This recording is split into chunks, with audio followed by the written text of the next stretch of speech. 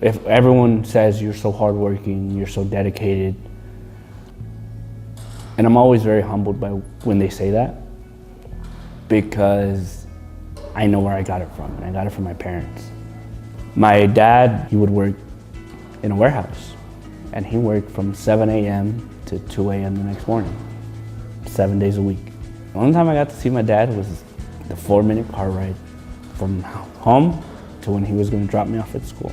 I grew up in a very rough part of California, and it's a small town called Canoga Park, about 30 minutes from downtown LA. 8 to 9 people lived in the house. It was a 3-bedroom house. I always know why he did it, and he did it for us, and he tried to find a way to make a living. If there was one thing, he always made sure that there was food on the table and a roof over our head, even if it meant working himself to death. When me and him are right there next to each other, it's always like, I learned how to be the man I am today because of you.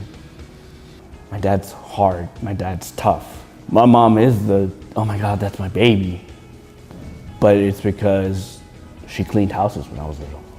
I didn't help her clean houses, but I went with her. That's where I did my homework. I did my homework in other people's houses. To me, that was life, was working. At a very young age, I started figuring out, I put 2 and 2 together. If I get an award, I get to see Dad, because Dad was always working. It changed as I got older. I saw it as a way of saying, your hard work, and your trials and your tribulations, they were worth it. Because these certificates and these awards aren't mine. None of them are mine. Here's why. Because they never got the opportunity to do what I'm doing. They gave me they sacrificed their opportunity to do it so I could do it. How are you? Good. At Orientation Leader Retreat, we do quite a few things to train and develop our students, because our orientation leaders are responsible for orienting new students and their families when they come into campus. And we want them to understand that not everyone is the same. People come from different places, they have different experiences. And so one of the things we do at Orientation Leader Retreat is a privilege walk. All students start out in a line. We ask a series of questions. If they've experienced a certain privilege, they step forward. If they haven't experienced it, they stay in the line. There's also situations where they can step backward. And so by the end of the activity, by the end of the 25 questions, they're all spread out over the room, and you can see where certain orientation leaders have experienced a lot of privilege and where some orientation leaders have experienced a lot of hardship. And the great thing about that activity and the way we close that activity is to remind them all that they're all in the same room. They're all at the same retreat. They've all been hired for the same position. And so regardless of the privilege you have had or not had, look at where everybody is at. And I think particularly for Jeff, and what I would think was most impactful was to say, you know, he was towards the back of the room. There's not a whole lot of privilege there, but he still made it. Good Saturday morning, Falcon family. Here we go. Another show, another week, another day. Well, Jeff came to me about 2 years ago wanting to get involved with Falcon Radio. Jeff has a personality in him that's delightful. I mean, you want to get to know him.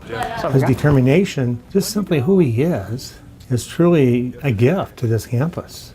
We met at the beginning of the semester. He was the only person doing the My Falcon Radio at the time, and recently Jeff and I have had the opportunity to possibly go to the NFL draft. He had offered me the only pass. There was one available so that I could go, and I called him asking, you know, hey, this is your friend, what's the deal with this? And he basically just told me he wanted me to have the opportunity and to have that experience, and that, you know, that just showed the selflessness of the man. I mean, he really does care for other people. This is a student who, you know, after orientation, which is 2 very long days of work, you know, he's walking down 42nd Street to a second job, and he's walking a distance to get there, and it's blazing hot outside or it's pouring rain outside, and he's going no matter what, because that's his job and he's going to do it, and he's going to be successful. I mean, he's an incredibly determined student.